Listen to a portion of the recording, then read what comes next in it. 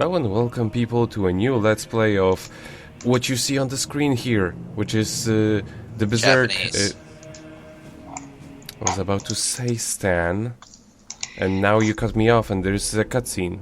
No, it isn't.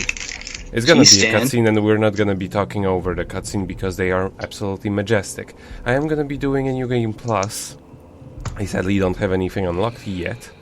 I'm gonna be doing it on easy simply because that's the only option I have. I don't blame you. Talking.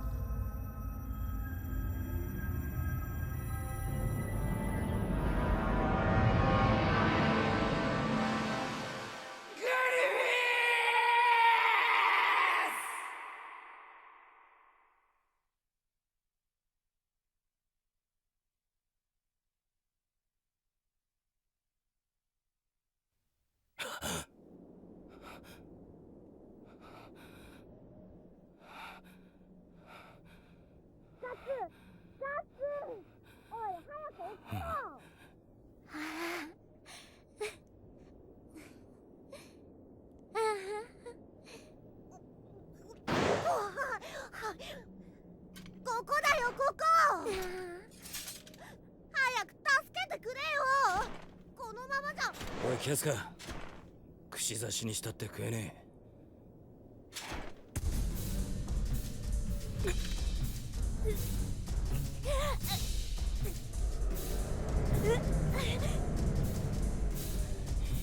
どうやら客がおいでなすったようだな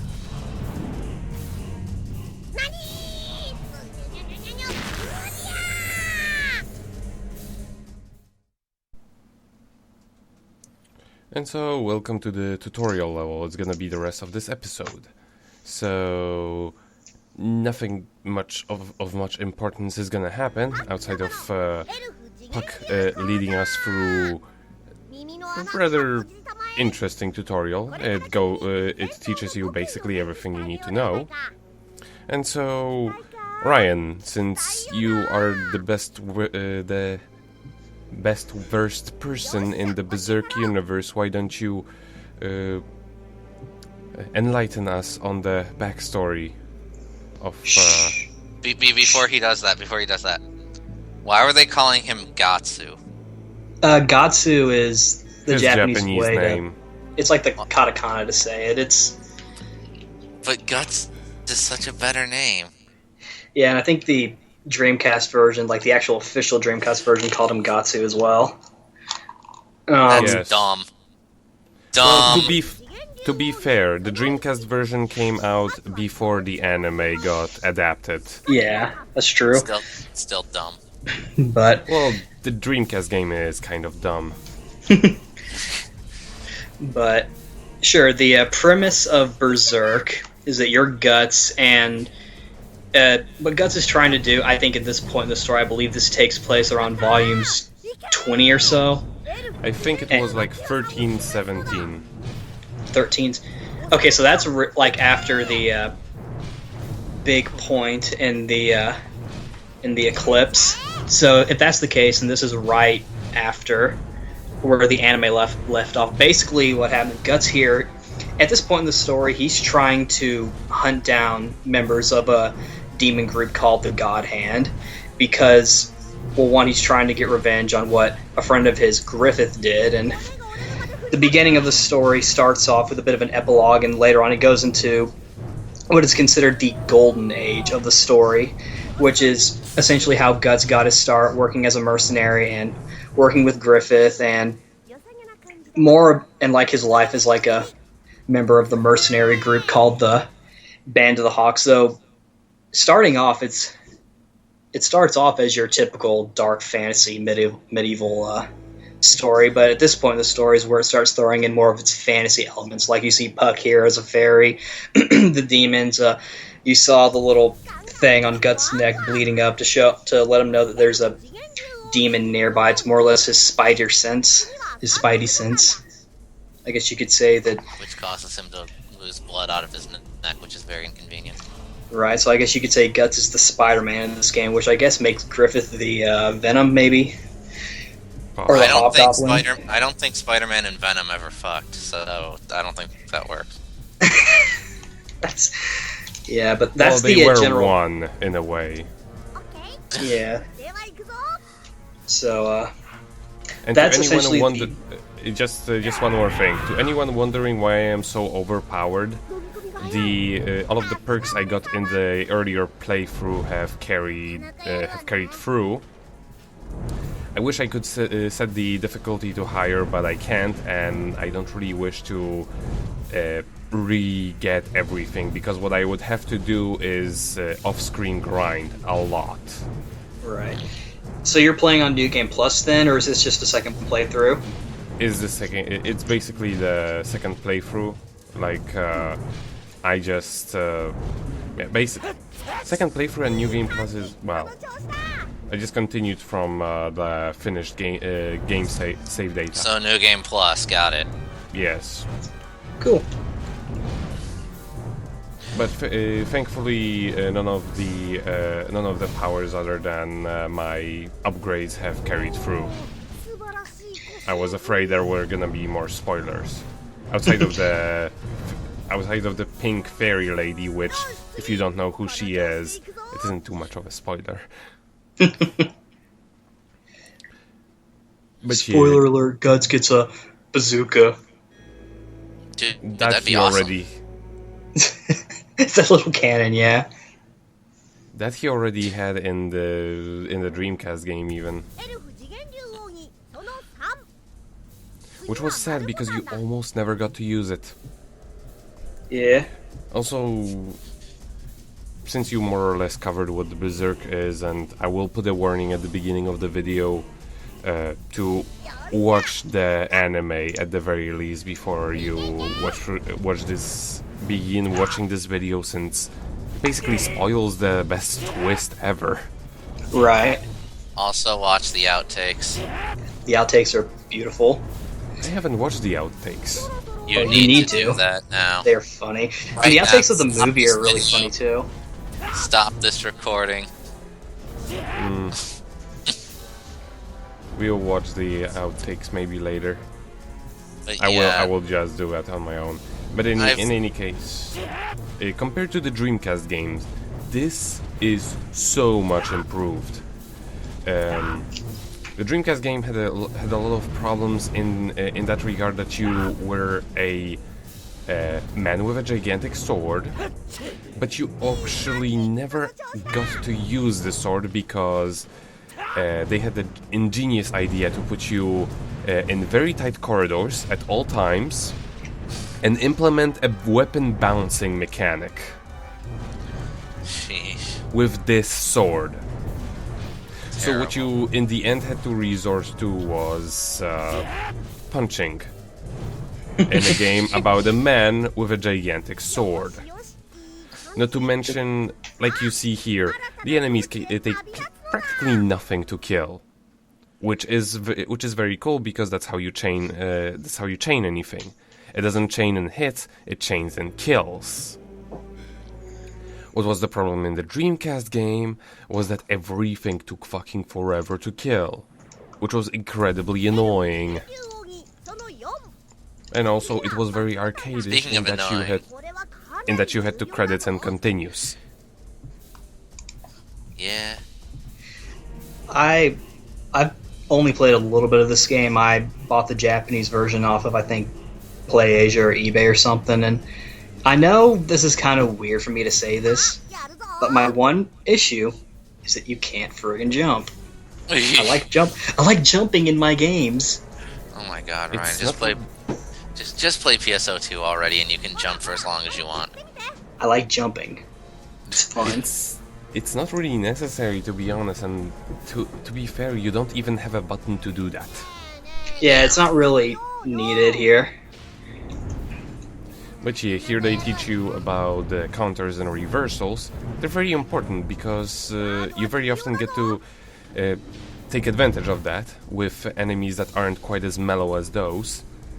And during boss fights in particular, they will result in little cutscene thingamajigs. I like how, even though these things are made of snow, you can still see them bleeding. That's great. Actually, What do they you? bleed? They do. Whenever you sever like a limb off, you see them bleeding for a little bit. Once one of them actually attacks me, we'll... No, that's No. See, now pay attention. You just chopped off that guy's arm. Yes, see? Why does he bleed? Water? I guess so. that's It's just will dust freeze or up. We're in- something. No, that's blood. You could see him retching and you see it pouring out of them. That's blood. Shut up. Alright, but that's snowman blood, so we shouldn't feel bad about it. Snowmen aren't people, so... Something I have noticed about this game too, also, is that the grammar is really up and down in the translation. Yeah, about that, I think, well, the original version was in Italian, I believe. But it's serviceable overall. Yeah.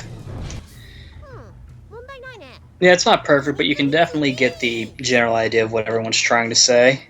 Well, yeah. Exactly. But There are some phrases that are just weirdly said, but overall, it's a very good translation, and it's sad that his neither his channel or his blog on which he had everything regarding this whole translation, you know, the link, the download link, and everything has been taken down, because I wanted to just, you know, put it in the description as a, you know, go get it there. This guy is awesome. Subscribe to him or something like that. But he doesn't exist anymore. Yeah, Nico here found me the link to download it as well, and I still have it too. Now that I know that he's no longer around, as far as we know, I'm glad I still have it.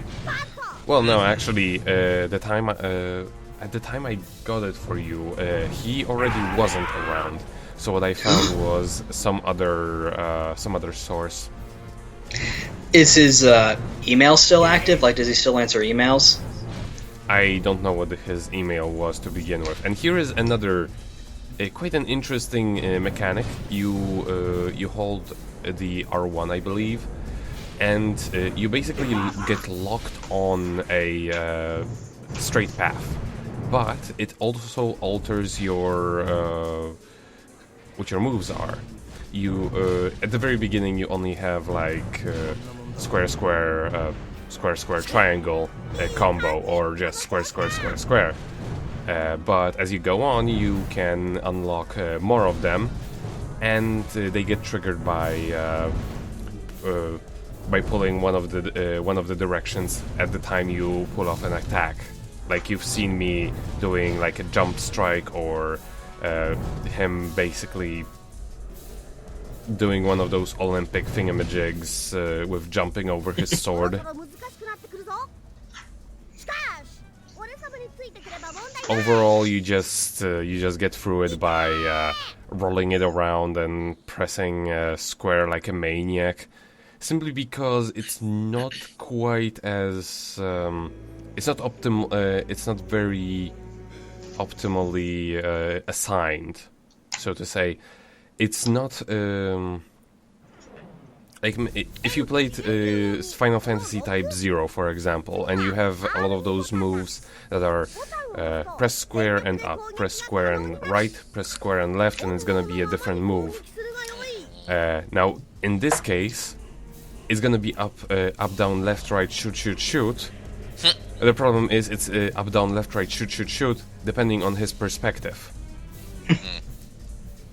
Which in some cases it makes sense when you make like a forward strike, like when he lances forward into the enemy. That makes sense, but all of the other ones are kind of ambiguous. Like for example, the jump attack from The Legend of Zelda is square and to the left. You know, Nico, being in a Berserker mode might help if you are actually hitting something. Just saying. Guts gets a little cuckoo when he goes Berserk.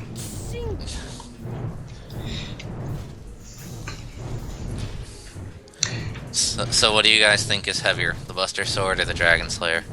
Dragon Slayer. Dragon Slayer. Why do you say I'm that? sorry. I'm sorry. I thought you meant what sword is cooler. No, what sword is heavier? Probably. I think the Buster Sword is a little bit thicker. I know. I'm pretty sure it's. I'm pretty sure it's shorter, but I think the Buster Sword is thicker, or has a wider blade. Yeah. And the Dragon Slayer is like what? Just a giant piece of steel on a stick. Pretty much, yeah. It has also inspired one of the most iconic weapons in Drakengard, the Heimer's Finger, or Broken Iron. Yep. Yeah, it's the exact same weapon, actually. And Guts himself would go on to inspire many characters. Yes. And you can also get his armor and sword in Dragon's Dogma, as well as Griffith's. Ooh, that's awesome. Yep. Oh, and here they teach us about the weapons. What you need to know about the weapons, only two of them are useful. The bombs and the arm cannon. The bombs because they have a pretty nice range, and the arm cannon because it's a fucking arm cannon. Okay, so the Dragon Slayer is worthless. Got it. No, the point is that the other two weapons are less useful than the Dragon Slayer. It's Okay, kind of so the like Dragon Slayer is in third place. Basically, Dragon Slayer you use all the time. However, whenever there are multiple enemies, like, not really like that, because you can easily take care of them. But yeah, bombs are useful like that. That was the bomb. And what do I use next? Yeah, The arm crossbow. the arm crossbow. It's pretty why they are worse than the Dragon Slayer, even though they are weapons that need to recharge, is because they don't kill. Neither the knives or the crossbow kill. Like, I can kill so many more enemies just by pressing square twice. Just keep mashing square. Yeah, however, this game does the mashing square a little bit better than some of the other Dynasty Warrior type games, simply because you alter the what kind of strike it's gonna be depending on which direction you're facing, or how you alternate between directions, between strikes, within the strikes, or if you keep on going in one direction. And the heavy strike, aka the what is usually the triangle, you don't really use that much because you almost never get a chance to load that strike.